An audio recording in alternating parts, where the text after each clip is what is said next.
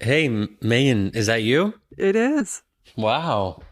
It's been a Yeah, the long magic of the time. internet. It has been. Although I was saying, I feel like I have been like hanging out with you guys. It's just you haven't been hanging out with me. So No, and I mean, I and of course we are rolling because this is how we roll. But like, I mean, it's one of those things that without exaggerating has been gnawing at me since like forever because you are really responsible for all of this, It's your Megan. fault. And I when the it's your trials fault and come, I will be there.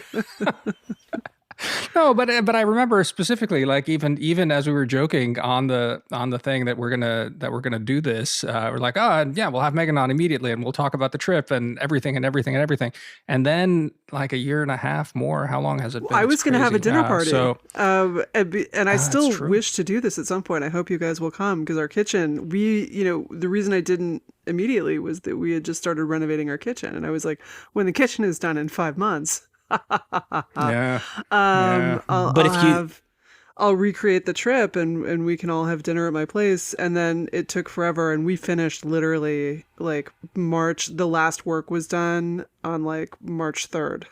So and then we immediately went into quarantine. So but aren't dinner parties what elites do? And I mean, elites are yes. terrible. Except that I don't And live in Georgetown, so according to my trolls on Twitter, that doesn't count. It's only the Georgetown cocktail parties and Georgetown dinner parties where it becomes problematic. I guess we sort of got the band back together that one time but that was already in the height Yeah, of the pandemic on Zoom. I think we had sort of got everyone together. That was what, like April or yeah, something like April or that. May. I've I lost want to track well, of say should we like time. early remind May. listeners how exactly the origin story? They've probably heard this many times before, but those of you who are just joining for the first time, well, it's actually worth noting that we've gotten a spike in listenership after the tragic events of last week. I guess people want to hear what we have to say after bad things happen. Or they're all huddled in their bunkers and need something to do. Yes. Yeah, yeah. Well, the origin story, very briefly, is that we were on the back of a bus in Israel, of all places. And no, don't cancel me for going to Israel and breaking boycott. But yeah, we were there as part of a group that was looking at religion and nationalism. And Israel is obviously a good case study for that. So Damir and I were just in the back of the bus, just kind of, talking and going back and forth. And Megan was also, I think, like a seat or two from us. And she heard us pontificating in our very endearing way.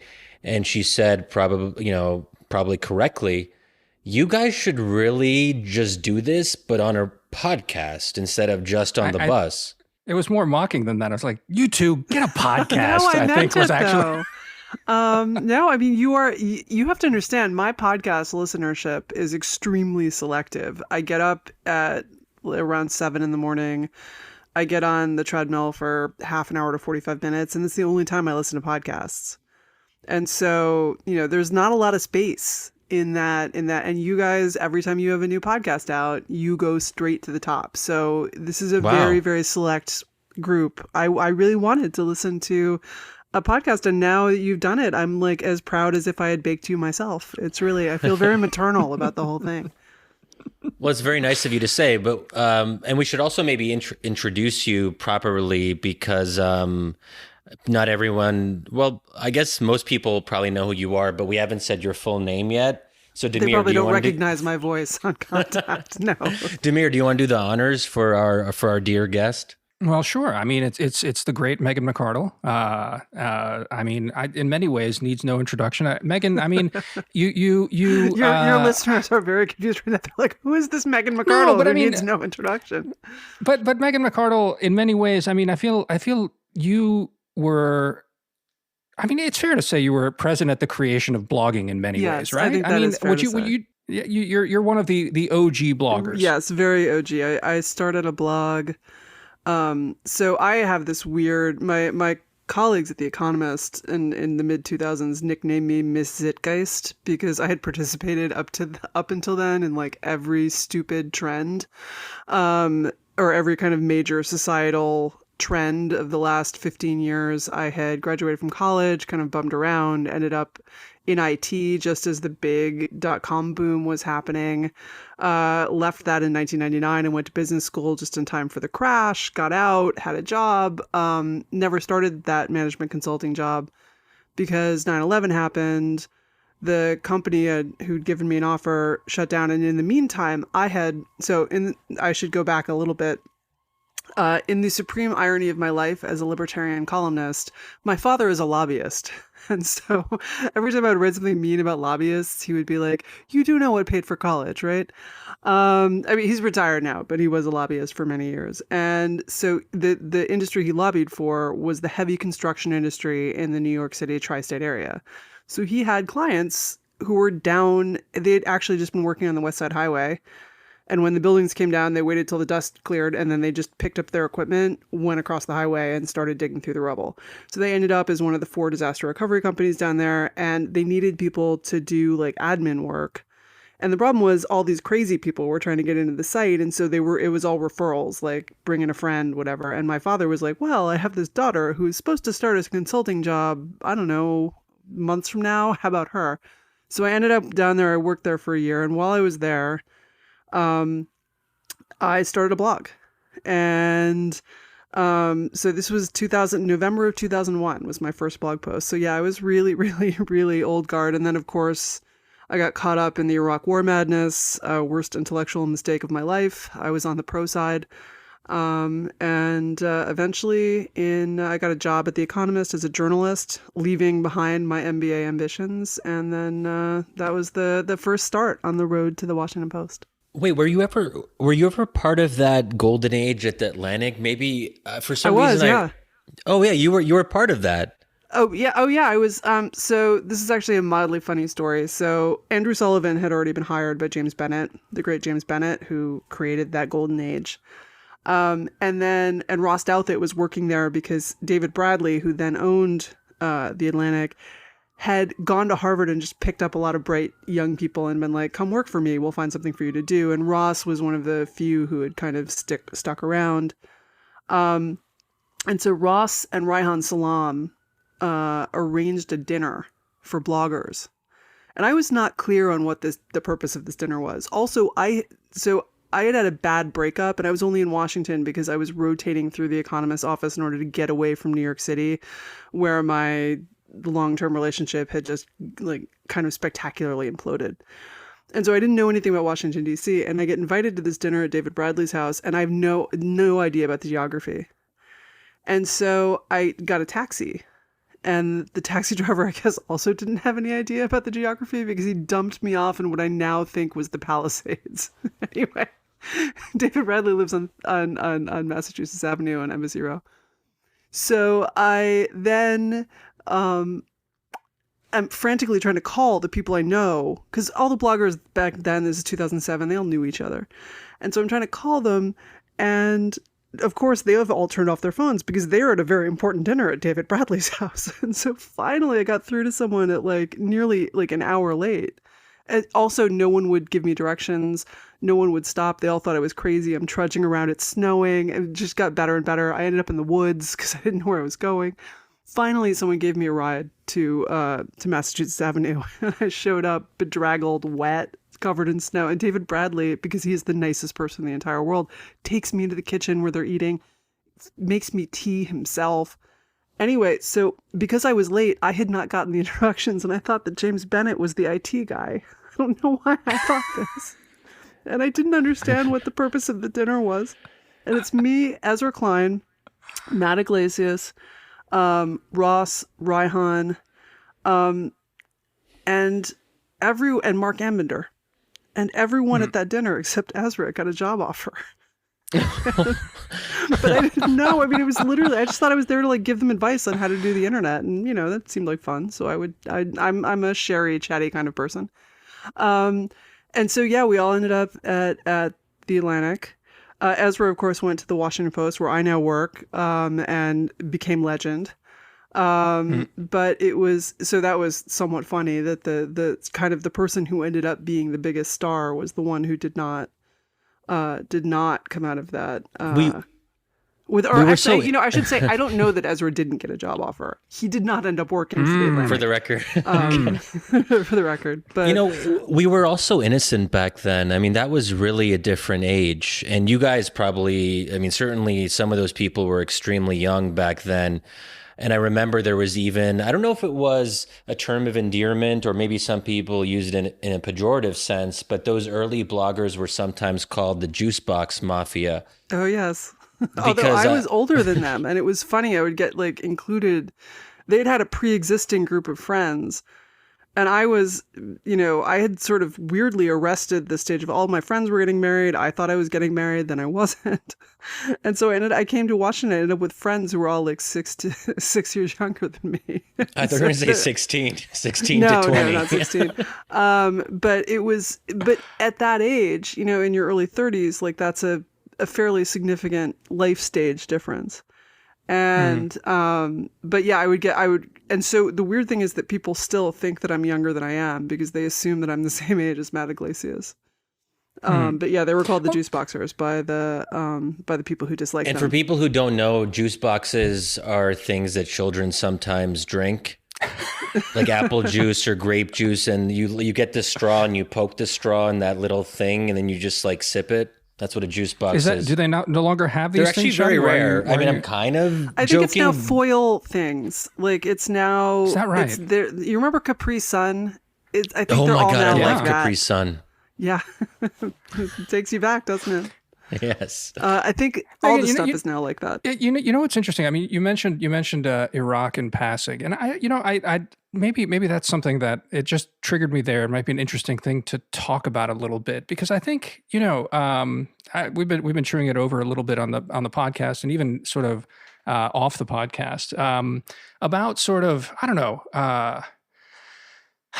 the responsibility of calls on current events, bad calls, getting things right, getting things wrong, and then sort of, again, in the context of what's just basically happened in the country. I don't know. Can you maybe reflect a little bit about that? Not even necessarily about talk to me a little bit about what Iraq was like, and then sort of writing about it in real time in the sort of format which demands this kind of real-time reaction, and then Iraq unfolding into what it became, and are you feeling any sort of, I don't know if it's a similarity, and it's not like you were a Trump booster or anything like that, but do you see any similarities in sort of what this? Yeah, I mean, I don't know. Can you? Yeah, does that make sense at all? Yeah, in fact, it makes so much sense that there's a great column up on the Washington Post right now on this very topic. Is that right? Yeah. Damir, you didn't do your homework? I didn't. All right.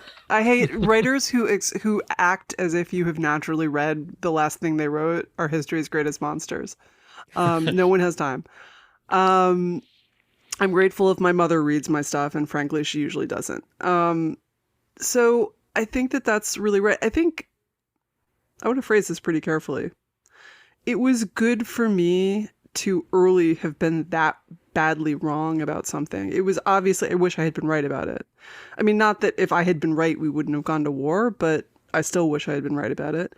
But it was a good learning experience. And because subsequently I have made some calls that were ahead of other people and I have gotten big stuff right. It's easy when that happens to think I must be a genius. Instead, what it taught me is that these things are really hard. I can look back and I can see a lot of the cognitive errors I made. And I think they fall into a couple of categories. And the first is just that, understand, I grew up in New York City. I grew up in Manhattan. I could see on the day I was at my parents' house, I could see the smoke. I knew 3 people who died in the building. One of whom I had dated in college. I tried to go donate blood and I couldn't, right? It was because they were totally overwhelmed, and it was sad. This was one of the tragic things of 9/11 was that everyone rushed to donate blood and they didn't need it because there weren't enough people alive who needed blood. So I was pretty emotional about it. And also just, I think, in a way that is really hard to explain if you weren't I would say roughly 21 when it happened. There's a big dividing line in people's lives. That for the people who were 21 or over, and I was 28, it was like you'd had something ripped from you. And it wasn't that we exactly didn't know fear. I mean, understand that people of my generation grew up really actually afraid and expecting that we might well get vaporized in a nuclear war. That was like a real live fear of my childhood in a way that it is just not a real live fear for people. It was even more a live fear, I think, in the 60s, but it was pretty bad in the 80s. But nonetheless, like, America's always been protected by its oceans. And so we just felt like you wouldn't have an attack on U.S. soil unless the entire world was blown up, right? And to be hit that hard and feel that vulnerable on the mainland U.S. had never happened before. And hadn't happened since 1814. It was incredibly traumatic. And I think we had this emotional need to feel safe and powerful.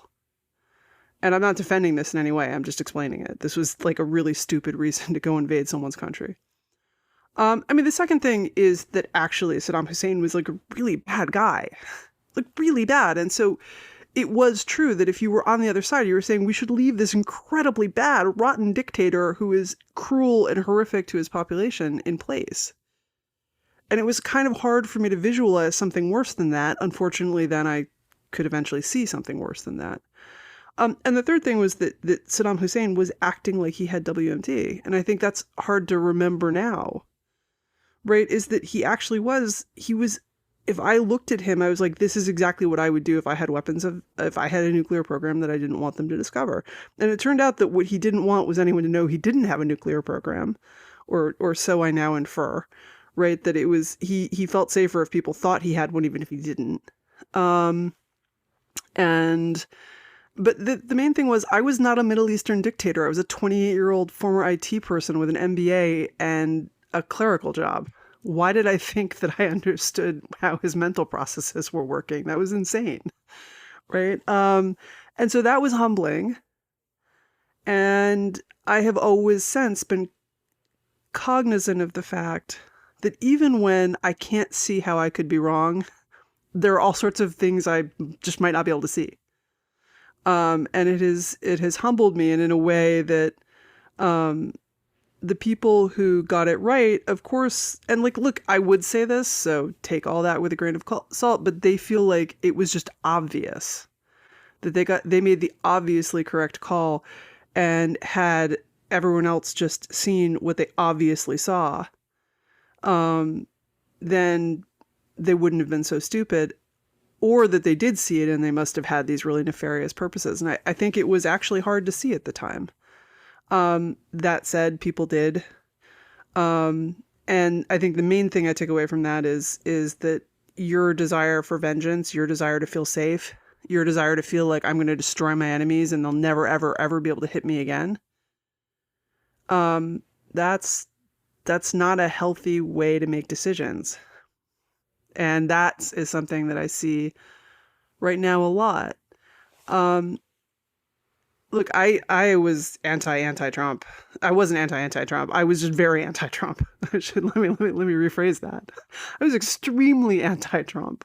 I loathe Trump, like, from the very bottommost fiber of my being. I don't feel that way about his voters, which is a difference between me and a lot of people who just really hate Trump. Is my anger is at the man, because I think my basic feeling is like, look, there's always conspiracy theories out there. There's always angry people out there. There's always people who will do rash, terrible things. You know, you think that your voters are fine, upstanding people who believe everything good that you believe, and often it's not true. I think that that's just a general feature. Democracy is difficult. People are difficult. To get what we had on Wednesday, it takes a political figure to focus the paranoid people and the angry people. To get that, it took a figure like Trump. And so I blame him, and I blame the leaders who allowed this, encouraged this, but I mostly blame Trump, because Trump created this coalition and then weaponized it against his own party. And to be clear, I still think it was absolutely craven and un-American for people to go along with him merely because their voters wanted it. But I do think that like ultimately he has the biggest share of the blame, because without him, none of the rest of it would have happened. And so, you know, I think that the extremes that people are now tempted to go to in order to root out any last vestige of Trumpism, right? That I remember that very well from 2001. Anything against, you know, if it was for the war on terror, you couldn't speak against it because that meant that you love terrorists.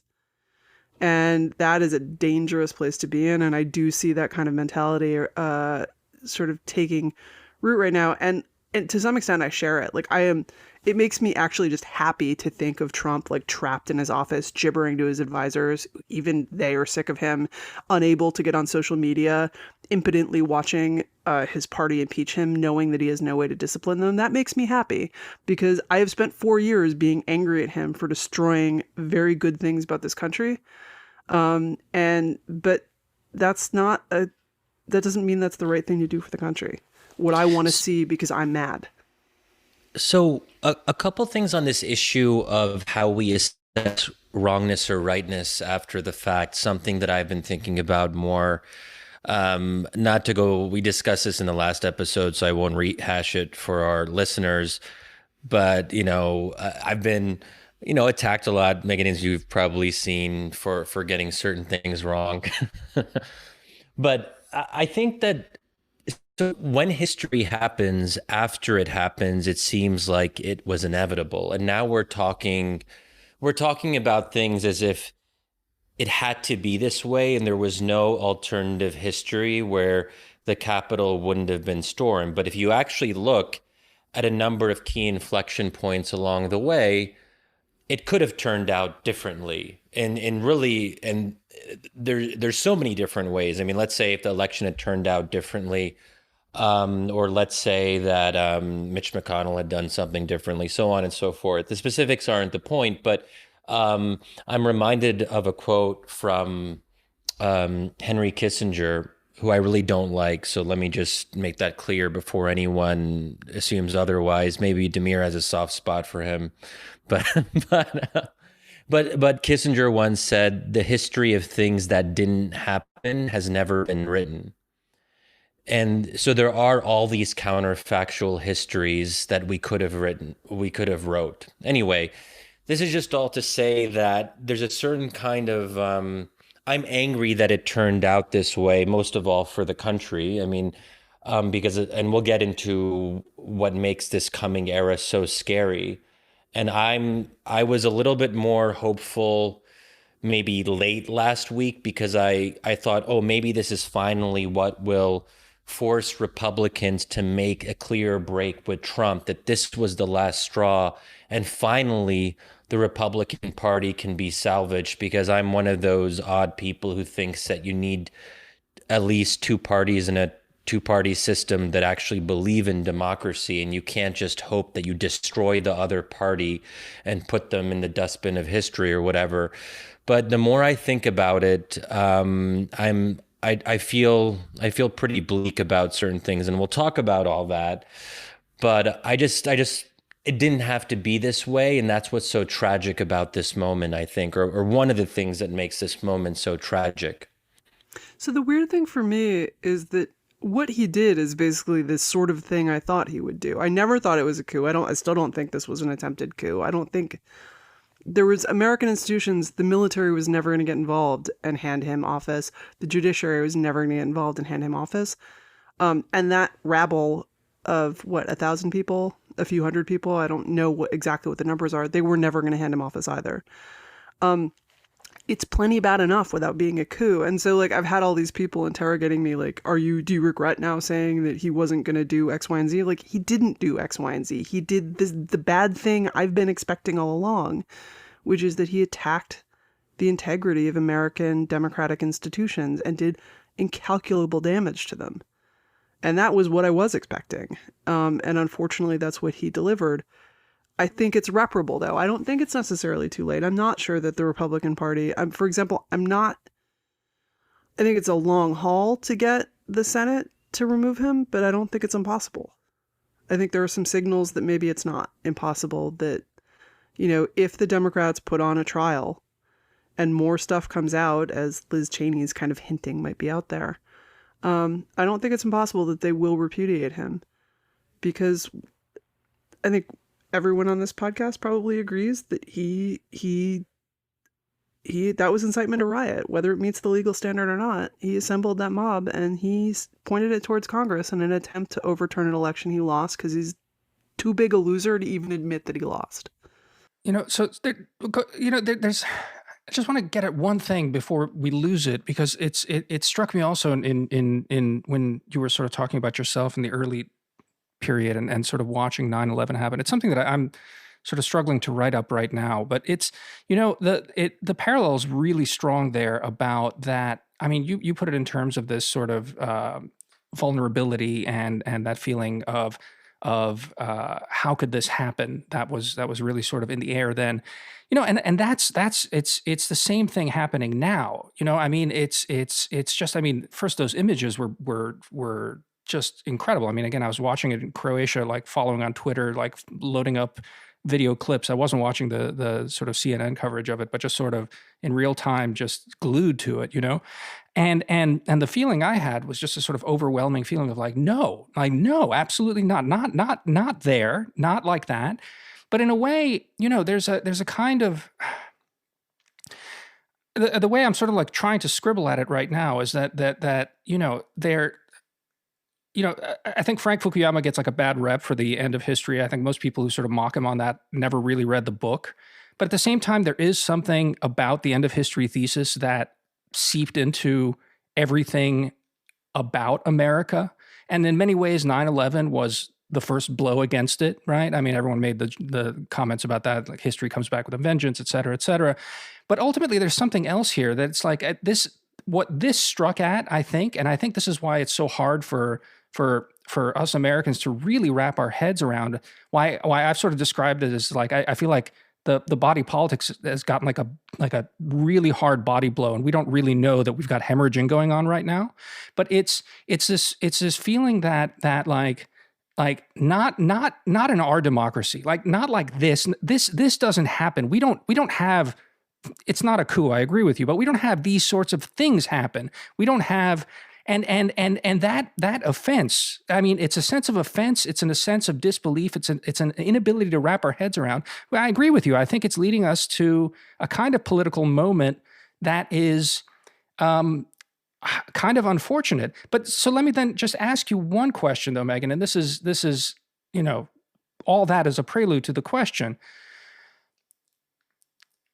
You said that it's you blame him, and clearly yes, but it's, for me, I always sort of keep falling back on this I'm still convinced that he is so much a symptom. When we did a podcast with Andrew Sullivan, he was saying, well, he could be both an accelerant and a symptom. I clearly grant that, and he is both, but I worry about the fact that like what this event and the complexities that led us to it, and all the contingencies that Shadi was sort of gesturing to as well that led us to it, and all the symbolism and all the rest of this has just like turned the screw on everything that's been going shitty for us all this time, and has turned it really hard. And I feel like that twist is going to leave a really deep scar. I can't shake that feeling that like something. Yeah, you said it's reparable and the party might be able to do it, but I feel like it's doing something psychic to the country that feels like really, really bad to me. So I think that's correct. But I mean, I think you look at American history, it's not really, by historical standards, it's not that long ago that we had a civil war that killed like 2% of our population. Right? And that, if you look at the 19th century, that's just a scar that is laced across not just the 19th century, but the early 20th century, right? And I've been thinking about this more as I get into my late 40s, the ways in which we're kind of a bridge to time.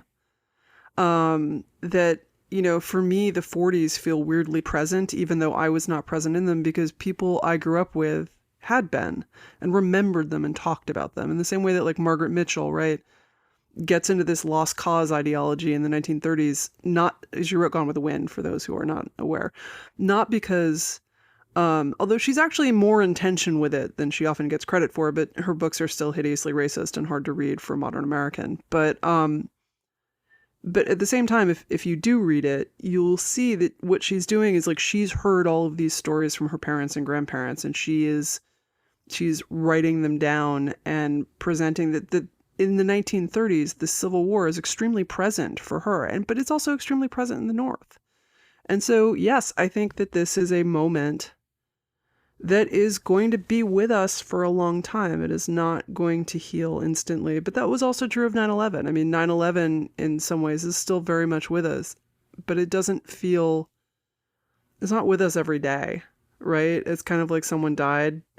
It's like we got orphaned, right? Or one of our parents died, and you never don't miss them.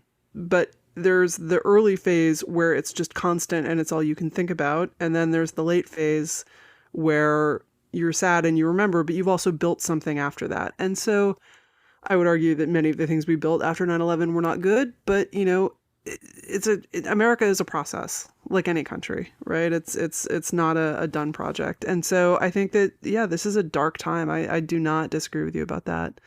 But I do think that like in the immediate term, it's not impossible to me that the Republican Party could actually get its act together, not in the House so much, but in the Senate, to repudiate him. The fact that this many House members, 7 when I last saw, this is the afternoon of the impeachment. So yeah.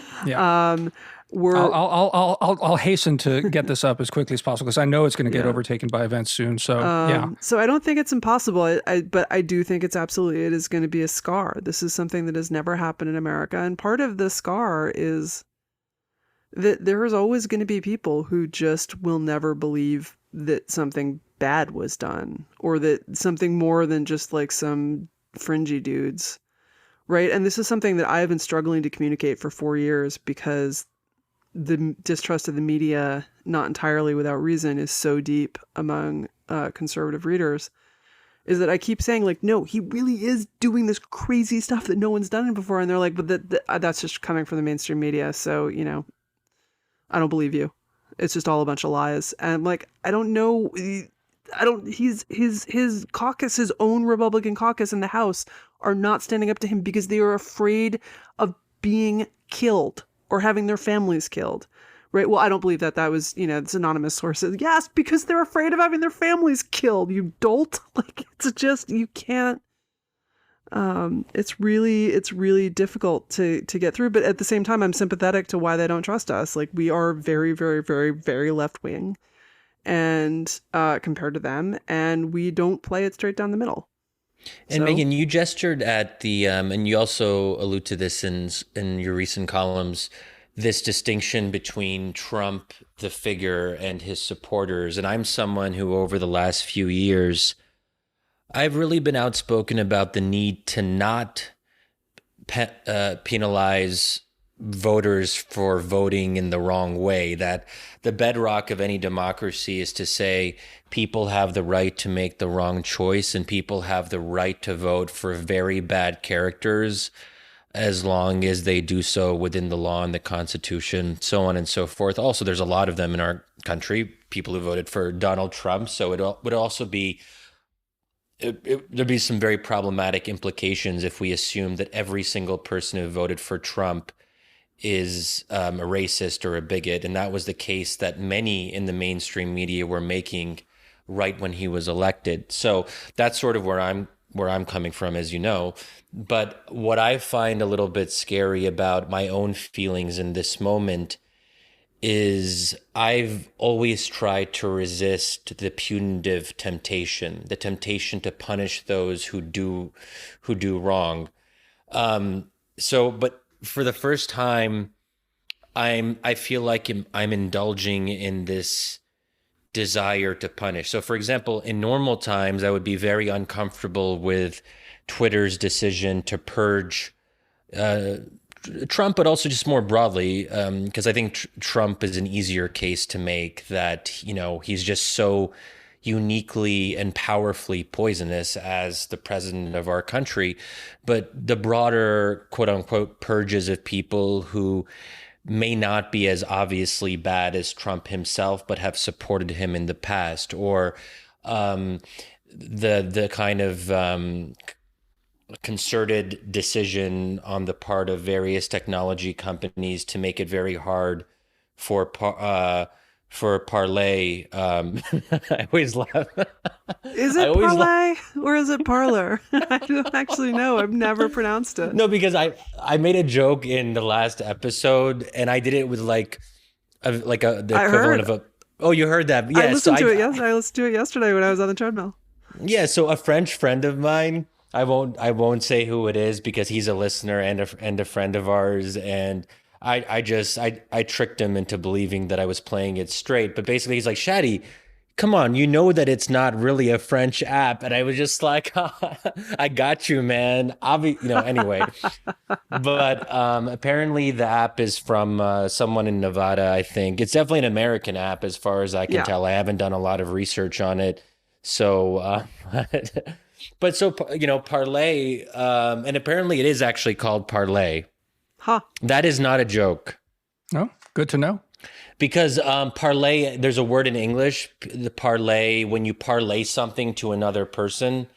Anyway, let's not get into all that. But it's spelled differently. That's the weird thing. Yeah, parley. It's what it is. It's in the Westerns, right? You do parley with the enemy. Yeah. Anyway, go on. Yeah. So, but all of this would make me really nervous that technology companies have this level of power to constrain speech or to regulate speech. And maybe it's not so bad now. And I think it was absolutely necessary to take Trump off of Twitter, but it's not something that I think any of us should celebrate, because I don't know where this leads us. And we should be nervous, but there's also a part of me that wants to say, let us punish the Republican Party. Let's punish these Congress people who have stuck with Trump until the very end, or until very recently. So when I see corporations saying that they're not going to support any Republican who supported decertification before January 6th, I'm like, you know what? Fuck it. These people deserve it. Let's punish them. This is where we draw the line, and we go as hard as we possibly can. And that is so contrary to what my instinct normally has been, and I think what it should be. And I see that happening to me, and it makes me nervous, because if that's what I feel, can you imagine what the normal center-left Democrats and commentators feel? Because they've been calling for punishment really since day one, of really seeing Trump supporters as irredeemables, quite literally irredeemable. Yeah, there's a friend of mine who has 6 kids. Well, I guess I can name him. I don't think he'd be like sad that I revealed this deep, dark secret. Tim Carney of the Washington Examiner once told me, never make it hard to be good. That's like the big parenting rule he learned, is like, your kid does something wrong and you've punished them, and they come back and they're like, I'm sorry. And your temptation is to still be mad because it was really annoying, and you have to like make it easy for them to apologize even when you're really not feeling it. And I think generally that's a good rule for politics. I sort of make an exception for Donald Trump because I just don't think he is really capable of learning. I mean, look, as a kind of religious statement, I believe every human being is redeemable and can be, and can change, but he is testing my faith, a lot. But for other people, I do think it's better for the country in the long term not to let it go. I think Trump should be impeached and removed. I think that Cruz and Hawley, among others, should really pay a political penalty for what they did. It was, I don't want to say treason. It's probably not the legal definition. It was deeply un-American and a betrayal of both their country and their oath of office. But for the kind of ordinary rank and file people who just didn't oppose it, yeah, I'm mad, but at the same time, we have to live with them. There's a lot of them. There's 74 million of them. They're not going away. And this is something that I've noticed a lot going back to our Israel trip. I think I said this at some point. But, I've spent enough time with both Palestinian activists and with, Zionists, pretty hardcore Zionists, that you have these conversations where you're like, so how do you think this ends? How do you think your idea of what's going to happen ends? And it became clear to me that for a whole lot of people, like, there's just this unspoken step where, like, you wake up one morning and the other side's not there. Like, we didn't kill them. They're just, I don't know, they all moved to Florida. And that is a necessary part for what their vision of how the world should actually look, right? And they never say it. And that America is getting that same thing, where both sides just have this weird fantasy where, like, one day they're going to wake up. And that's what, like, QAnon ultimately is, right? It's like one day you're going to wake up and, like, President Trump and his secret band of people will have taken care of all of the people who disagree with you. And then they won't be able to disagree with you anymore. But it's a much broader phenomenon. The Q people are particularly crazy, but it's a really broad phenomenon of just, like, one day I will wake up and I won't have to deal with the fact that there's, like, 150 million people who live in this country who just fundamentally disagree with me about really, really, really important stuff.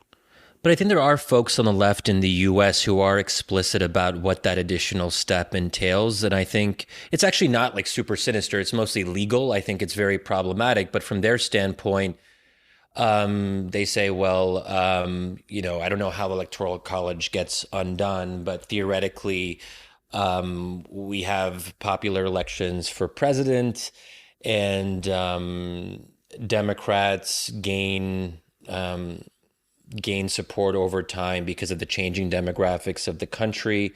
And then it becomes just very difficult for Republicans to win. This wouldn't happen immediately, but let's say in 10 or 15 years, when the presumption is these demographic changes will have played out. Of course, we found out that a growing number of Hispanics, Black men, and also, oddly enough, Muslims went for Donald Trump in this most recent election. But putting that aside, that was their assumption, that history was on their side and it would move in this direction, and they could just gain demographic superiority, certainly on the national level, but also over time, they would make inroads into previously Republican-dominated states. That's already happened to some extent in Georgia, but they assume that in 10 or 15 years, they'll be able to win Texas, so on and so forth.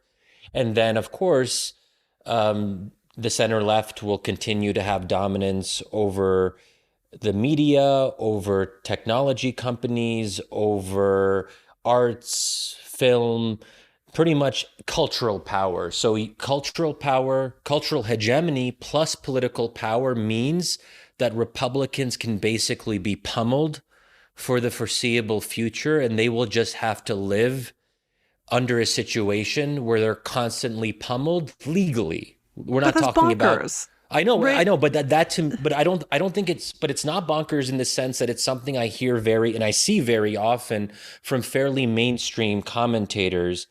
So that's just one thing I would say. The other thing, but the fantasy about that, I would say, right, is that, okay, so you've gotten your narrow demographic victory, right? So now you can run the country by, some 5 million votes. But there's another 75 million out there that didn't vote for you, right? So you've got that, they're still there. And that's what I'm saying is the fantasy. The fantasy is that, like, the minute you achieve that, then they just have to give up and go away, which is, of course, I mean, you see this in Israel-Palestine, to go back to that, right? Is that both sides had a fantasy about demographically they were going to overwhelm the other side, and then they could have a one-state solution because they would just always be able to outvote the other side. Northern Ireland is where my family is from. That's the same thing, right? Each side thought, and indeed you can get away with it for a long time, as the Protestants did, but it's very unstable and very unpleasant to live in a society where one group is doing that to another large group. And are we really willing to go down that path of basically functionally denying large groups of people access to either economic power or the ballot box? Well, we haven't had these kinds of, like, the divisions haven't amounted to what Northern Ireland had or what the Balkans had, or indeed. what right. I mean, and that's the main change here. And, it's both the lie of what Shadi was sort of alluding to earlier, this idea that, demography is destiny and these things aren't shifting. We already saw them shift before this last thing. So, I mean, I don't know, it's the other part that strikes me, and why I think we're having a lot of trouble really realizing how bad off potentially we are. Again, I feel like I hear you guys talking about this, these two sides, and I mean, I don't know where that conversation would have gone, but it still feels like to me like it's a couple of degrees off from like exactly how bad things are. Because here's the other part, it's what's striking to me is that again, the symbolism of what happened, whatever, a week, I guess exactly a week ago now, it struck at this. It struck at the symbolism of democracy in a lot of ways. Like visually, it was incredibly striking to see Congress overrun like that. And in that way, I think it also was sort of it struck at that sort of American exceptionalism idea that we are in some ways, representative of democracy functioning, one of the oldest and so what strikes me is that part of the sort of folk understanding, self-understanding of America is that we are ultimately what defines us is that we are democratic. But yet, when you guys are talking right now about these factions, and we're talking about Republicans as a bloc and being this bloc as a unified thing being ostracized and put down and contained and marginalized and driven out of politics. It points to the fact that the identity of democracy itself is not strong enough to keep a country together. Do you know what I'm getting at? Is like basically by thinking that like Republicans are against democracy and therefore are somehow un-American, which is I think is part of the logic of what a lot of this stuff after last Wednesday is going towards. It also points to, I think, the erosion of a common idea of Americanness, which is what we're witnessing, which we're bearing witness to. That's kind of a convoluted way when I'm sort of trying to get at it, sort of like weaves into and out of itself. But does that make sense, kind of? That like that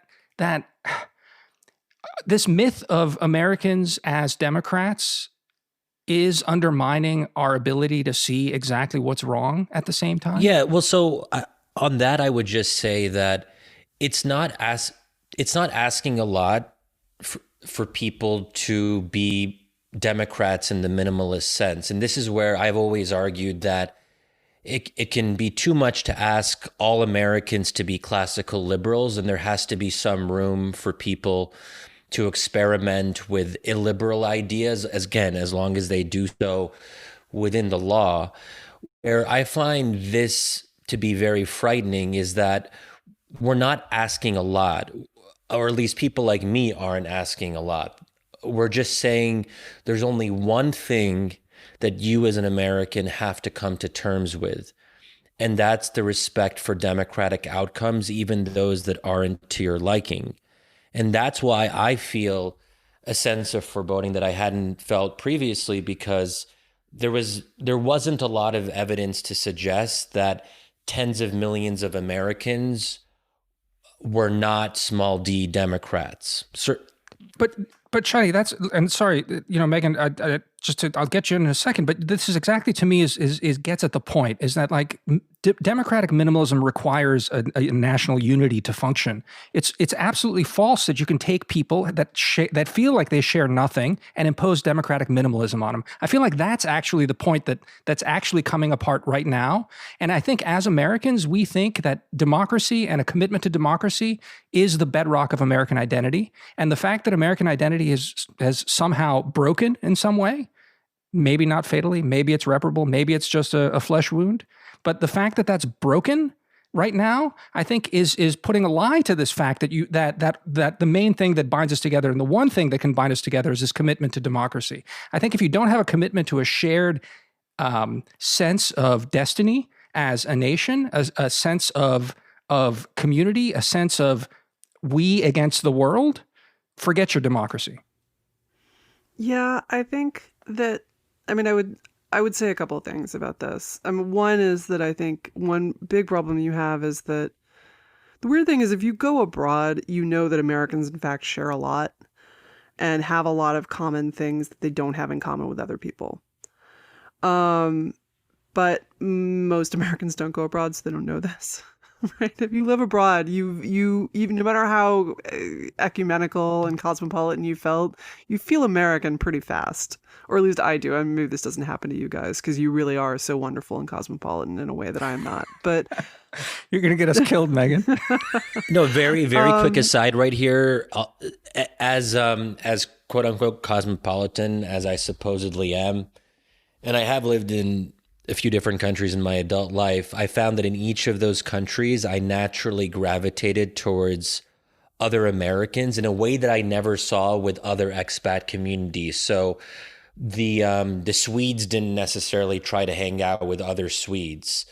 Not that there were a lot of them. I'm just using that as an example. Yeah, there's only 3 of them, and they're all really depressed. So. But I was really struck by, for example, when I was living in Qatar, the Germans didn't want to hang out with other Germans, and the Brits didn't necessarily have a strong desire to be around the other Brits. I could probably say the same for the French. And actually most European expat communities, obviously this is an overgeneralization, but what I found is that Americans, even though we were quite different, we were looking for each other when we were living abroad. Anyway, that's just my little aside.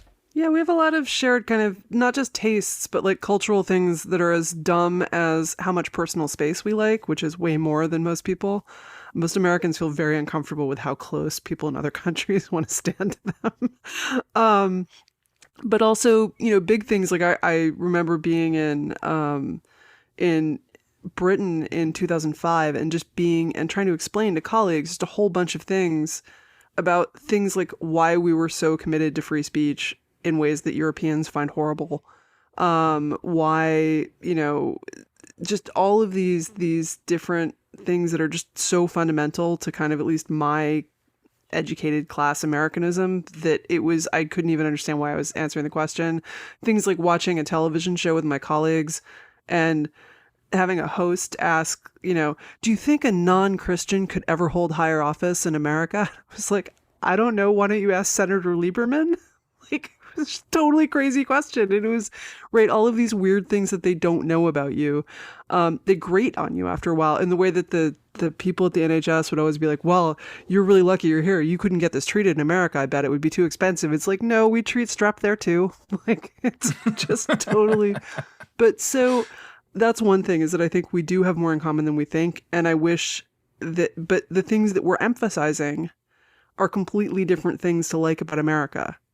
Right, is that the left emphasizes liking immigration or, labor law changes or whatever, and the right is emphasizing this kind of manifest destiny, like, pioneer spirit and all the rest of it.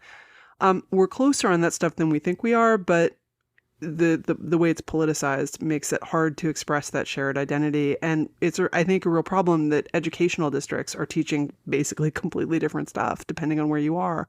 So it used to be true of the Civil War in the South versus the rest of the country, but is now true of just a lot of stuff. The second thing is, I think that this is structural, and there are these long-standing trends. I mean, I go back to Stacey Abrams refusing to concede an election that she lost, that wasn't stolen from her. There's no evidence that voter suppression made her margin of vote, and that people coddled that, and that Democrats have coddled in. Not saying that this is the same thing, by the way. I mean, morally, they are not equivalent. What Trump and the Republicans have done is so much worse than any of this. But it's in the same continuum. And we should have stopped it a lot earlier on the continuum. It should have been, there's this concept in Jewish law called building a wall around the Torah, which is why the actual commandment is don't boil a kid in the milk of its mother. And you end up with, you may not eat meat and cheese either 2 or 4 hours, depending on which version of kashrut you're following. Within 2 or 4 hours of each other, just in case, like that milk happened to come from the actual mother, right? Of the, and so we're tearing down those walls for kind of political convenience, and that's bad. And Trump just turned that up to 11 because he is a uniquely amoral and terrible human being, who is willing to do stuff that even, if you could imagine, say, like a Ron Paul filling his role. Right, Ron Paul wouldn't have done that stuff. Ron Paul would have done a bunch of, I made fun of Ron Paul a lot during his presidential run and so forth, but he wouldn't have done that. Right, he actually was quite morally committed to a constitutional idea of America. He wouldn't have done the stuff Trump did, so you could have imagined a different outcome. And that's why I think the leader does matter, and that getting rid of the leader can help. And the fourth thing I would say is that we should accept some possibility that a lot of the stuff we're seeing now is that people are crazy because there's a pandemic. And something that someone said to me at the beginning of the pandemic, which I've sort of thought a lot about since, was he noted that there's no literature of the 1918 flu. It's really weird. It just kind of disappears. There's all these writers who've lived through World War I and they write about it. They all lived through the pandemic too, and none of them write about it. Right? It's just it doesn't even show up really in fiction until like the 30s and 40s as remembrances, not as a thing that's happening live. There's not characters who die of it. It's really weird. And he said people were ashamed of how they behaved. And they didn't want to remember it. Like the war had given them either you could blame someone for being betrayed or it had given you an experience of courage or intensity, and the pandemic was just awful and people forgot about it. And I think that it is clear to me that a lot of things that have happened this year are turned up to 11 by the fact that we're all trapped inside. And I think you saw this, like the thing that sort of drove this home to me was watching all of the protests, the Black Lives Matter protests in European countries with no significant Black population. Right? It was and no police brutality problem that I know about. Right? It was really weird, like watching the city of Amsterdam turn out for this. Right? Like it's nice that they care, but why this issue? Why now? And why so many people? And one answer was it was a reason to leave the house. Right? It was that you could justify. People were so emotionally overwrought, and I think that did amplify the intensity of this. It has amplified our crime rate, our violent crime rate, not our nonviolent crime rate, but it has amplified a lot of things. And I think that it is amplifying the same thing on the right. People are cooped up, they are frustrated, they are struggling, they feel powerless, either against a disease or against the government that is forcing them to do stuff they don't want to in order to avoid the disease. And they have a lot of time to spend online getting radical. And that's not to say, by the way, that the George Floyd was not a grievance worthy of protesting. It was. I support the aims of Black Lives Matter at reforming police brutality. I think it's a really big problem in America. Bad policing is a problem in America that needs to be fixed. We have some differences on how, but I think that we actually need to spend more money on policing, not less. But I do think that that it is a huge issue, and it was absolutely like what happened to George Floyd was terrible and should have been protested. But the intensity of it, the nationwide, the looting, the stuff that's been going on in Portland now for how long? How is attacking a federal courthouse every night, right? Making brutality stop? It's not.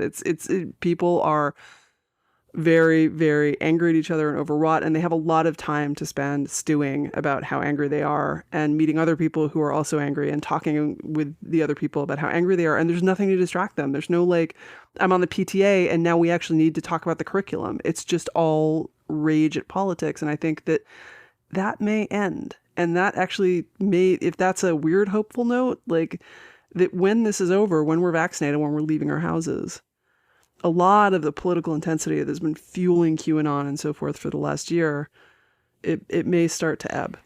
But it wasn't part of the hope, and this is sort of Ross Douthat's dream politic argument, which I was sympathetic to. I feel like the case has been undermined a bit, but I think my hope for a time was that if people were angry, that they had the fact that they had so many online outlets to express those grievances without hurting people because it's virtual, that would allow them, and certainly Twitter, I think, was a good test case of this, that if there wasn't Twitter and people had all this pent up anger, would it go somewhere else and that other place would be worse?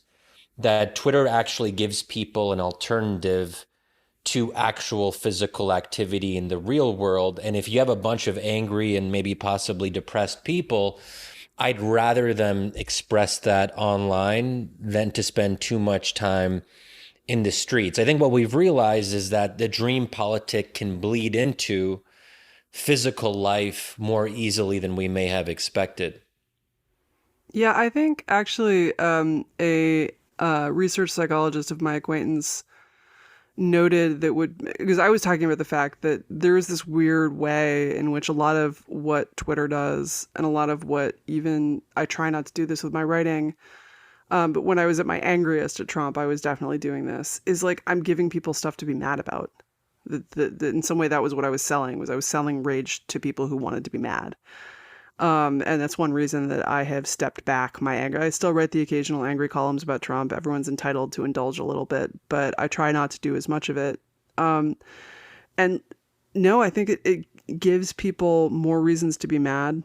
Like they go find strangers who would have done something mildly bad or maybe really bad and would have been appropriately disciplined by the justice system or their office or whatever, and instead turn into a national case where we can all 2 minutes hate them. And like, what are they getting out of participating about this? My core theory about this is that rage, when you get really mad, you release all these chemicals in your brain that then suppress other emotions like anxiety or fear. And, we're all, especially as we get older and so forth, we're all afraid and lonely and anxious a lot. That's the human condition.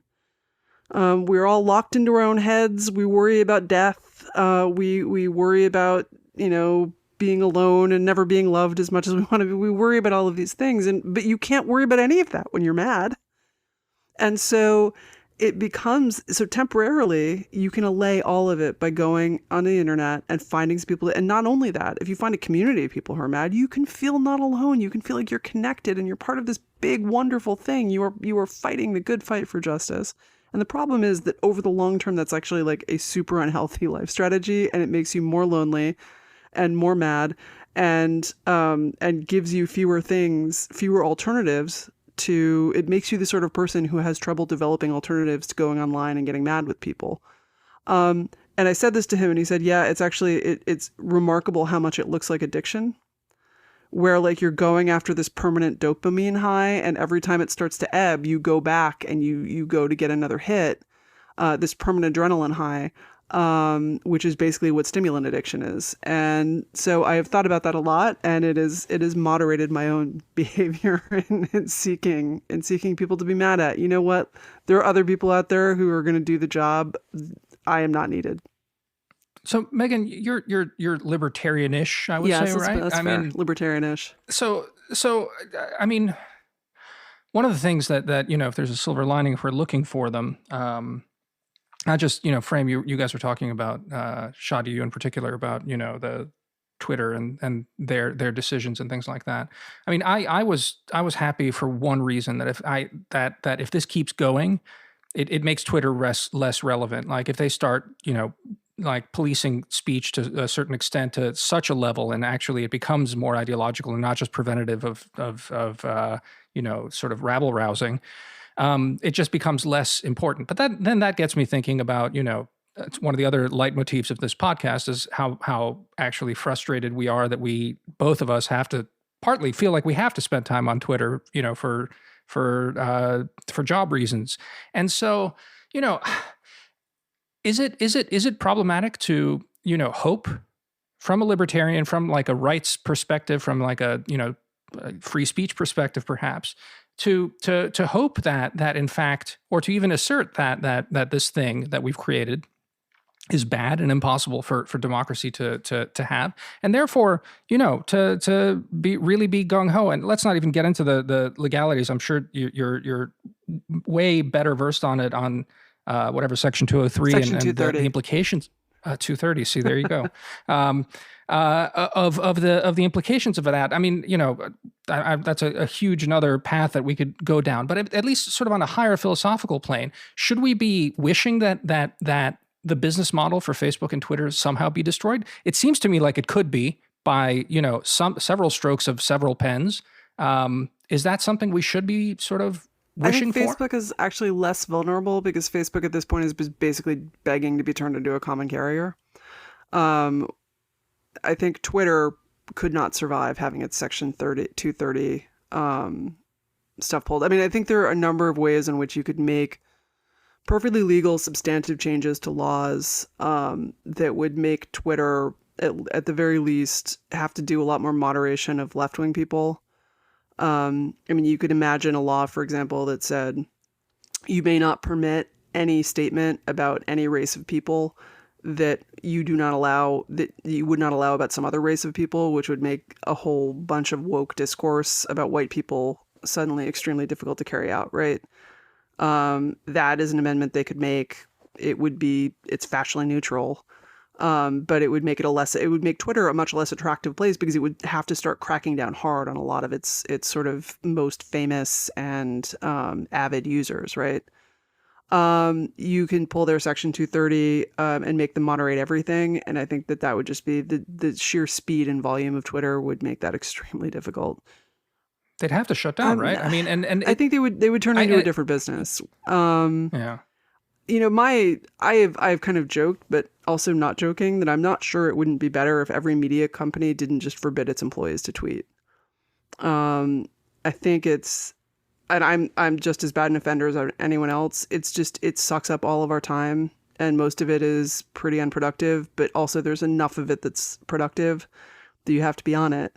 And there's this performative aspect that then ends up being alienating a lot of readers who can see, look, I'm an opinion columnist. People know what I think. But if you're going to be a straight news reporter, it's a problem if your conservative readers get a pretty good idea that you don't like them. It hurts your sourcing, but it also hurts it hurts institutions more broadly, right? If a bunch of people at an outlet are kind of, you can see that where their sympathies lie, then people who have the other sympathies may not want to talk to your outlet, right? And so I think that's not the only explanation. Like, Donald Trump has been very unhelpful in his talk about the media, and quite ridiculous and unfair, and people way overblow the critiques. The media does not print things that aren't true. They go to a pretty lengthy, great lengths not to print things that aren't true, which is not what a lot of his supporters believe, thanks to Donald Trump. And lots of other people, I should say, on the right. But, I think we might be better off if Twitter didn't exist, right? And I think that, Republicans might be able to not make it exist, or not make it exist in this form. They could mess with it enough that they would anger a lot of their own communities and drive those people off to somewhere where they could talk the way they want to do with their friends, and make jokes about white people and all the rest of it, which I think are ultimately basically harmless. And I'm very irritated by conservatives who complain about this constantly. Why do you want to say the N-word, dude? What is it about the word that you're just dying to say it? It just makes you crazy if someone else is allowed to and you can't. Oh my God, why can they say it and I can't? Because you're white. You actually know real life conservatives that feel very passionately about this. People write me about this every time I write about it. Why can't you say it? I don't know. Why can't someone else insult your mother, even if you were saying the same thing to your brother the other day? You just can't. You're a grown up. This shouldn't be that hard. The more I learn about people, the more I feel like they're really odd. In a collective sense. And this is actually what's starting to worry me too, as someone who's such an outspoken proponent of democracy as the best available form of government. I find myself not liking people more and more, or the idea of people. And of course, the name of our podcast is meant to be taken ironically. Sometimes people will say on Twitter, wait, why are you guys saying X, Y, or Z? Don't you believe in the wisdom of crowds? I mean, obviously, we don't really. You should still like people. They're not any worse than they used to be. Okay, but what's happened is that the bad parts have just become temporarily more salient. Okay, one exception to this, and I'd be curious what you have to say about it, is the fact that 48% of Republicans, or whatever the number is, have said to pollsters survey people, or whatever they're called, that they support the storming of the Capitol. I mean, it's one thing to believe in crazy conspiracies or some dude named Q, and I don't have huge issues with, being originally from a region where conspiracy theories are much more creative than anything QAnon could come up with. A lot of creativity goes into conspiracy theorizing in Egypt, for example. So I respect the craft. But this is different. This is 48% of people who apparently believe that an armed insurrection against the government can be justified. Or maybe I'm misunderstanding what those survey results are saying. I'm not defending it, obviously. I think they're hideously, hideously wrong. But what does that mean? How, that's a lot of people. So people it's not just people have a lot of weird symbolic beliefs, right? I mean, so But is that a weird symbolic belief? That seems to be a very foundational I think it objection is. to So the yes, system. I think one thing that the last 4 years have definitely, last 8 years to some extent, but really the last 4 years have really revealed to me is how few people actually believe any of the stuff that they say normatively. And as someone who really does actually believe it and has had and knows this because I've been forced to stick to stuff where like it's not helpful to my side. Most people just don't. It's performative and instrumental, and it's a lot more tribal than I think I acknowledge. And certainly, like, all conservatives are now aware of this. We thought we had, I'm like a right-leaning libertarian. I thought we had a bunch of principles about like limited government and so forth. No, we didn't have that. We had those principles. The voters did not have those principles, right? And I think it's true on the Democratic side. I mean, you had 72% of Democrats thought that Russia had altered the vote tallies to elect Donald Trump president, and that he actually had not been elected president, right? Now, are they going to storm the Capitol? No. They thought it's a weird symbolic belief that is really about kind of protecting yourself from having to condemn your own side. Right? There's also this other thing of, and I said this is going to be uncharitable, but I will say this about Iraq, right? It took me a long time to realize how wrong I'd been about Iraq. And the real reason was that I was really invested in it, right? I had been part of the war blogging community. It was a constituent part of my identity. It was who my friends were. Saying I was wrong was personally embarrassing, meant breaking social ties with people who would be upset with me and so forth. So it took a long time. And you can throw up in that situation, you can throw up all sorts of psychological defenses as to why you actually weren't wrong, right?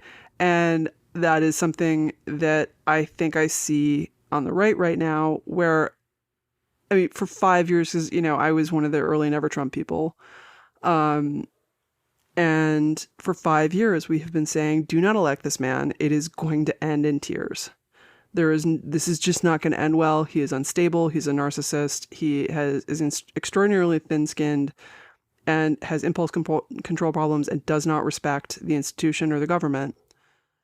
And he is ultimately going to damage the party as well as the country. And if you've been yelling at me that I'm just an out-of-touch elite who doesn't really understand where real America is and doesn't understand like where the future is, and if you have been, there's a kind of saying like that, I will tone it down slightly, but don't go full frontal jerk on the internet, that I learned as a blogger early on, because once you've gone full frontal jerk, it's so hard to take it back, right? You're just like, but not only, whereas if you've been like, I think you're wrong, but I respect you or whatever, it's a lot easier to be like, oh, well, it turns out, in fact, I was wrong. And so I think that walk back is going to take a long time. It's not going to happen instantly. So, here's the thing though. I'm tempted to, because I think all of these things are true, but it's in assuming that you said something again in this last reply. You said we thought we had principles, but our voters didn't. Our base didn't. I saw. Well, they definitely didn't have the principles we thought they had. I mean, they would obviously like get very angry if I said they don't have any principles, but they didn't have the kind of principles I thought they had. Well, so I'm going to have to blank, and I'm not going to pull out my computer to figure out. But it was in City Journal. There was an essay about one of these like end of the GOP sort of essays. Anyway, I'll put it in the show notes. I forget who the author was. But it was the last paragraph had something along the lines of damning Trump for, in fact, misleading a bunch of people who had legitimate grievances and leading them down a blind alley. And that was the sort of the note that she ended on. And so my immediate impulse is, and this goes back to Shadi's, the question about like the symbolic violence and these symbolic beliefs and the rest of this. And I mean, again, granting that it can both be true that people don't and do take these things seriously, I do think it's wrong to say that people didn't know. Trump voters didn't know what they were getting with Trump. And this is not to say that Trump doesn't cast a spell, like a demagogue spell, and is able to, with his lying and the rest of this, like to shape reality in a particularly toxic and accelerated way. But people voted for a fuck you here. They voted for a big, big, big fuck you. He is the biggest middle finger that was available. Multiple senses. And guess what? And guess what? You know what? And this is how I interpret the storming of the Capitol. In fact, it's not something like went like crazy. It was the institutions are not responsive to us. The elites are completely corrupt. The Democrats are beyond repair, and we're going to go in there and hogtie Nancy and Chuck, and maybe even the cuck Pence, and just shame them. I think ultimately they were talking about hanging Mike Pence. I'm not sure it wouldn't have happened if they could have found him. Well, okay, fair enough. Even more so then. Like, do you know what I mean? Though it's not. And I take your point. It may be all this craziness of being cooped up and the political, all of it. I mean, it's just like it's the perfect storm in so many ways to have this president at this crisis when we're all, feeling stir crazy and it all adds up to this. I just think it's wrong to say that people were misled by Trump. And now, again, maybe to your point, like to Tim Carney's point about giving people the opportunity to repent and how important that is. But at the same time, as I look at what we're looking at, and I mean, there's the one thing that's the politics of it, but then there's the sort of lesser insignificant part of us scribblers and analysts. Now, again, you and Shadi have bigger platforms, so maybe there's more responsibility on you to try and gesture at the political way. But for me, I feel like if I'm trying to call it as it is, I think it's a mistake to say that this was all. Again, this is all. It goes back to the sort of Ross Douthat sort of dream politics stuff. It's real. It was a real sense of desire to do what Trump did, and in many ways, it culminated in the wishes, I think, of a lot of these people. Is that wrong? So I think that's not wrong. There definitely was an urge to, if I can't have what I want, I'm going to burn it all down, and that's something that. There's a little bit of that in a lot of places in America right now. But I will say, look, you can think of it as there being like trenches of Trump voters. And the smallest and most radical trench is the kind of people who actually go to Washington, attend a demonstration, planning that they're going to storm the Capitol, right? And that's like a really tiny number of people. And then the next tranche is the people who just went to the demonstration. And then the next tranche is the people who didn't go to the demonstration, but because they were too lazy, but think like damn straight. And then the next tranche is the people who didn't go to the demonstration, and just kind of think like, why are elites making such a big deal out of this? And then there's a tranche that's horrified by this, but doesn't think Trump is at fault. And the conversation I've been having with the last two and then there's a tranche that is actually horrified by this, does think it's Trump's fault, and interestingly seems to be mostly ladies in my experience. Like I've been hearing from a lot of ladies who are like, oh wow. I actually had one of my followers like apologize to me. She was like, you were right.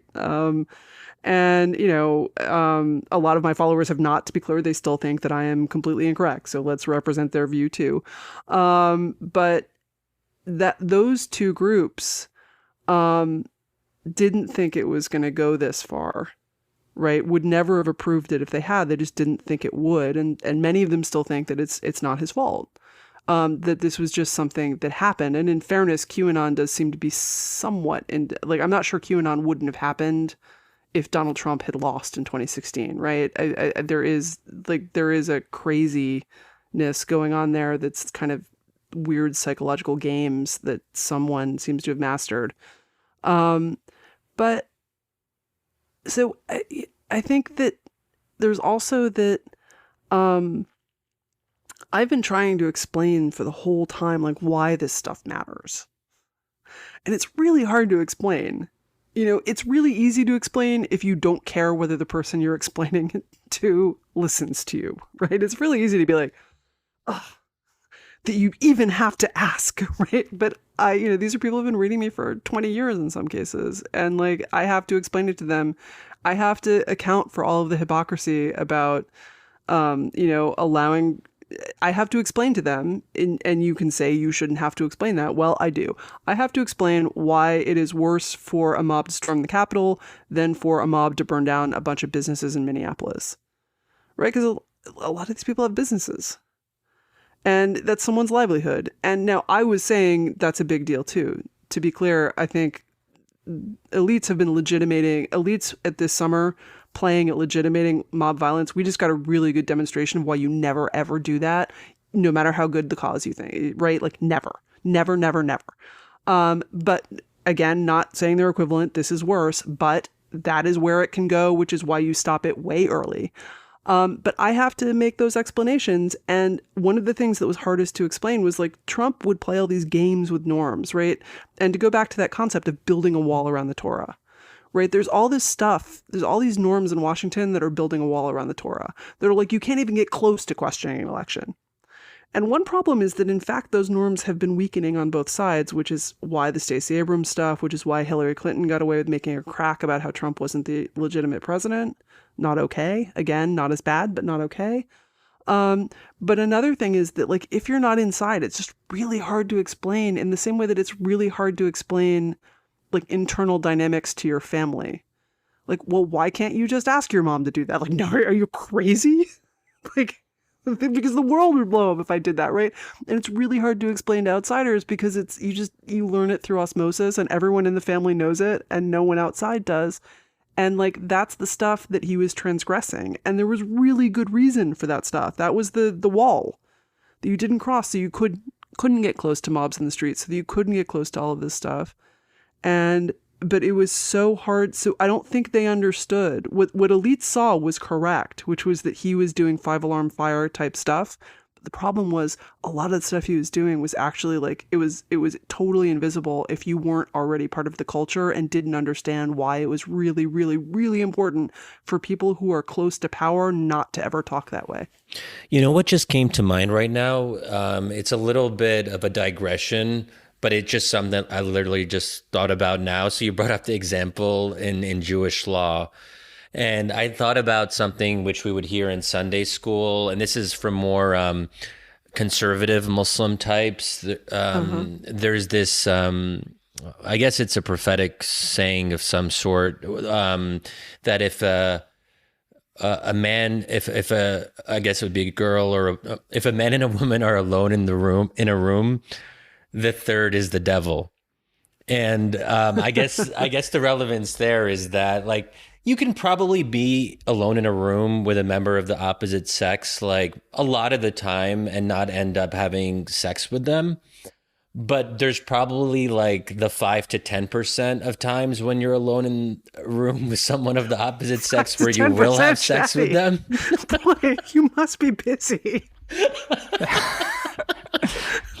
Shadi, we have to have Mike Pence on the podcast next. Anyway, go on. So, we probably thought when we were young, like, this is so unreasonable. And I think it is. I mean, I'm not like, this is not my position. And, I think it's a very weird way to approach your life. And Mike Pence does seem to be, it's not just Muslims. Mike Pence seems to observe this approach as well. He's very careful about Catholics women. call it avoiding near occasions of sin. Oh, great. So, okay, it's a ecumenical thing. That's very encouraging. So, but, we thought this was unreasonable. I think there's, and I still think it's unreasonable, but if you have this, I don't know where I'm going here, but if you have this approach that you want to prevent any chance of something happening, you do kind of build the wall and you take a lot of precautions. And that's why norms are important, right? And as someone who's been critical of the Democrats' obsession with norms, and sometimes, it's called normcore, because, there's this group of centrist folks that think that norms are everything. And I still think that there is a problem of making politics more about norms than about policies that actually affect people's lives. But I do think but norms do matter to some extent. Anyway, I guess I was. Yeah, well, I mean, I'll just to build on that a little bit, though. Again, just to bring it maybe a little full circle. It's the reason I'm still Yeah, again, of course, norms matter, and they're a thing. They become a lot easier to trample on when you don't have a sense of unity. And this is again gets back to my thing about I do think Americans in particular identify themselves as small d Democrats as part of their core identity, and I think the core identity of small d democracy is not enough of a glue for anything. It is a functional thing. It's a wonderful thing, but you need something else, and it's both the fact that we've had such, I think, Megan, you've described it really well across this episode, this, this lack of trust and faith, this kind of abuse by elites, this kind of fact that elites have not been able to earn the trust of at least sometimes half of the country, but certainly not the whole country. And we're reaping that in many ways. So, I mean, I am still critical of like normcore, like just on its own, because I don't think it's enough. I just don't. And I think that, so something that I was just thinking about when Shadi was talking, is that one thing that strikes me as one of the reasons it was so hard to communicate why it was bad that Trump was violating all these norms, was that his voters associated this with kind of woke policing. And the woke policing is itself, I mean, so, when I was working in a construction trailer, and before that, before I went to business school, I worked in a lot of blue collar environments with a lot of cable guys and so forth. And like, one thing that really sticks with me is that they talked about race so differently from the way we did. First of all, these were actually, in general, much more diverse workplaces. And second of all, they had a comfort with, now I don't say that members of minority groups were more comfortable in these workplaces. I have no idea. I was not one of them. But the culture of how you talked about things like race and gender was just much more like frank and comfortable. Like I still remember being in a construction trailer, and I had a black coworker and a white coworker, and she was dating a Dominican guy. And the black coworker was trying to lose weight, and she said, "But I can't lose too much." And I was like, why, I'm from Upper West Side. You can never be too rich or too thin. And I said, why? And my white coworker turned around. She's like, oh, he's Dominican. Dominicans don't like that. And I was just like, cringing. I was like, right, like, I'm like sliding into my chair. Like, you can't say that, right? And you would never say that. I mean, first of all, forget, like, I would get fired. But it would just never occur to me to say something like that. Like the horror of just having that said in my presence. But my black coworker is like nodding. She's like, yeah, they don't like, I have no idea whether this is true. I'm just like, it was their opinion. I don't want to like seem like I'm perpetuating stereotypes. I'm just repeating that like these kinds of conversations would never, ever, ever, ever happen in a professional workplace. We have this very elaborate code, and that code is about never accidentally giving offense. Right? So you have all of these huge walls built up around things you can say and things you can't, so that you can't even get close to saying something that might be offensive. Right? And there are virtues to that. Like we're trying to avoid, we're trying to avoid hurting people's feelings. We're trying to avoid, like being part of systemic racism. We're trying to avoid stuff that's bad. But if you have not been socialized, and again, this is the sort of thing you absorb through osmosis. You absorb it in your college classes, in your high school classes, and by the time you get into the workplace, you've been pretty well had it hammered into you. But if you haven't, it just seems like this incredibly like esoteric Byzantine set of rules that are kind of like all those weird Victorian rules about silverware that are just there for the middle class to like keep other people out. And that's not really the purpose, but that's what it looks like to them. And so I think, and so they already resented having these kind of checks on what they could say. They resented politicians, their Republican politicians, giving in to those checks on what they could say. And then Donald Trump refused. And when people were like, and so some of it really was that there are cultural differences between the working class and the upper middle class about how you can talk about hot button topics. But part of it is that even the stuff that wasn't about that, the stuff that was just about attacking democratic norms and so forth, right? When we said a president cannot talk about the media that way, right? Because that's how authoritarians get started right before they start shutting down, the newspapers or co-opting them or whatever. And that's bad. It makes your life will be worse if you let him talk this way, right? It all seemed like it was of a piece. And that was a big problem in communicating why this wasn't just some elaborate etiquette that was designed, we're like retroactively making up rules to trap Donald Trump, and also wasn't some weird fetish that the upper middle class had about not ever saying anything directly. Well, so let's maybe sort of try. No, I don't know. Maybe this is completely crazy, and I'm going to get totally canceled the minute this plays. But no, I don't think so at all. I mean, I think there's a ton there. We've been going for 90 minutes. I don't know. Let's try and like wind it up on something like maybe forward looking and how we get out of this. Damir, it doesn't feel like 90 minutes. I disagree with you. 90 minutes at all. Yeah. Why are you oppressing me, Damir?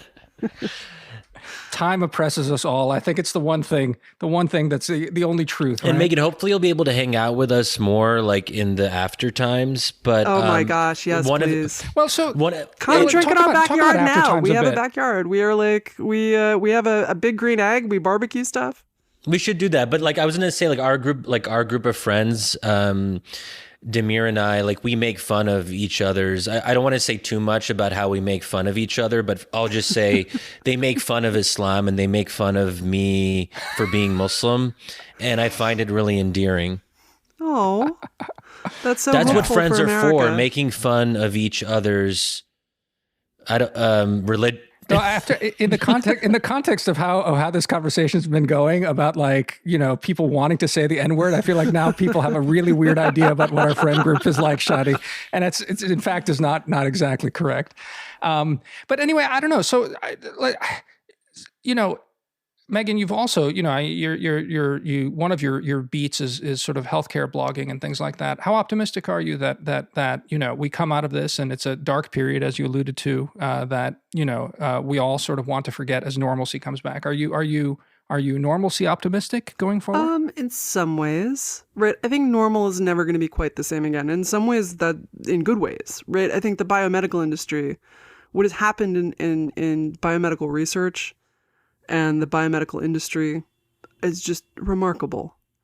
A year ago, like we didn't even really know that this virus existed, right? And we have two, and it looks like Johnson & Johnson. I just saw it flash up in my email, so I don't know what the results are, but it looks like Johnson & Johnson may have announced their results. So of the third, we've got two great vaccines that are approved in the US. We've got a third that isn't approved here and might not be, but is still, pretty decent. We've got a couple from Russia and China that are more iffy, and we've got Johnson & Johnson coming. Like, this is a miracle, right? We just lived through a human miracle, and we should wake up every morning and be like, thank you, God, for letting me live now and not in 1918, right? Just amazing. I wonder about cities. I wonder about what the future of a place like New York or San Francisco is, because there were these big agglomeration effects, and the agglomeration effects kind of got challenged for a year, and some people have moved, and some of those moves are probably going to be pretty permanent. Like, my husband has a colleague who moved to like quite a while away in Virginia. Is he going to come in every day? All of those things, those decisions aren't easily unwound. And there were a fair number of those, at least among kind of professional office places. There are companies that are just saying you can live anywhere. You may have to take a pay cut, but you can go anywhere you want. And people are moving back to be close to family so that their mom can take care of their kids or whatever. And these are all big changes that I'm not sure will unwind. I think New York and San Francisco might end up looking quite different at the end of this. Not necessarily all in a bad way. I think immigration law is likely to be, one of the most interesting questions to me is what does Biden do about immigration? Well, COVID is still endemic in poor countries, right? Are you just going to say throw open the borders? Well, there's a pandemic raging on the south of the border and let people in if Mexico hasn't vaccinated as fast as we have. I think these are really big questions. But I also think that a lot of stuff will be normal or even super normal in ways we're not expecting. Like, I kind of wonder if people aren't going to be really, really, really into traveling and seeing each other in person in a way that they weren't before. Maybe not. Maybe we'll like all go out for the first 3 days. We'll see everyone will be like this. Oh yeah, you know what? I really kind of just liked being on Zoom and go back in. But I'm like the next best thing to a hermit, and I'm stir crazy. And like I didn't even realize it until the first time I like worked up my courage to have people over in the backyard. And my husband came in and he was like, "Oh my God, what happened to you? You're like a different person," because I had Tyler Cowen, The Economist, for lunch. And so we made a real effort to, we winterized our back patio so that we could have people outside all year, because it's really important to see people to me. And I think that after this, I'm going to be going to more dinners and doing stuff. But at the same time, so I think a lot of it's just going to be, you'll look around in a year and a half and there'll be some bars missing and you'll be sad about that. There'll be restaurants that closed and so forth. But it'll be kind of like the financial crisis where you don't feel like, some people obviously always do feel like my life changed at that moment and I'll never get back what I had on the previous side. But for a lot of people, I suspect they're going to look around and be like, wow, my life is really just very much as it was in 2018. Well, I think Damir's an important test case for the socializing thesis, because if Damir wants to see people this summer after he gets vaccinated, that will be a surprise to me. So I'm going to be waiting to see how Damir feels about groups of people and being around them before I make any final judgments. I feel like the proverbial canary. So just keep looking. The impression I've gotten from the podcast is that both of you just like go out and party all the time with your friends, and I've been feeling like I'm old and I'm jealous. You're like having all these wonderful gatherings. We do socialize, but I think Damir only likes 7 people. But here, I think the best case scenario is that these 20s, I guess that's a decade that we're sort of entering, that it becomes the roaring 20s the way the previous 20s were after the Spanish flu, where there's kind of this pent up economic energy. And, I saw there's been some interesting articles about how Americans have saved so much money, and that's actually what's driving the odd success of the stock market that's confounded a lot of people, is that if you just do the numbers, there's just like a lot more money, and that at least in an aggregate level, obviously there's a big chunk of the population that has not benefited from this. But that kind of pent up economic energy, we'll see how that's expressed in terms of, supercharging the economy over the next few years. And I guess the social equivalent of that is that all this pent up social energy will mean that this summer will be the great party summer of Washington, D.C. and New York City. I mean, I'll be very interested to see. Some people have actually, have made that claim that they think that's what this summer will be. We'll have to wait and see. But it's also. Do you already know what the first thing you'll do when you get because you have to wait, I think it's 10 days for the shot to take effect. But, after you get your second shot, 10 days, do you know what the first thing you'll do is? I feel like this is a trick question. No, I'm just I've already started thinking about it. I don't know the answer. I'm going to have a lot of there's a long list. What are some examples of things that we... Because I feel like, I've cut my hair. I mean, I have to wear a mask when I go to my hair cutting person. What is a hair cutting person called? Barber. No. A barber. Or a hairdresser. Hairdresser. Hairdresser or barber, pick it. It's gendered. Okay, but it's a gendered category. I don't think women can be barbers, man. A barber is like a male only. My husband just calls his hair guy, but I don't know what the hair guy.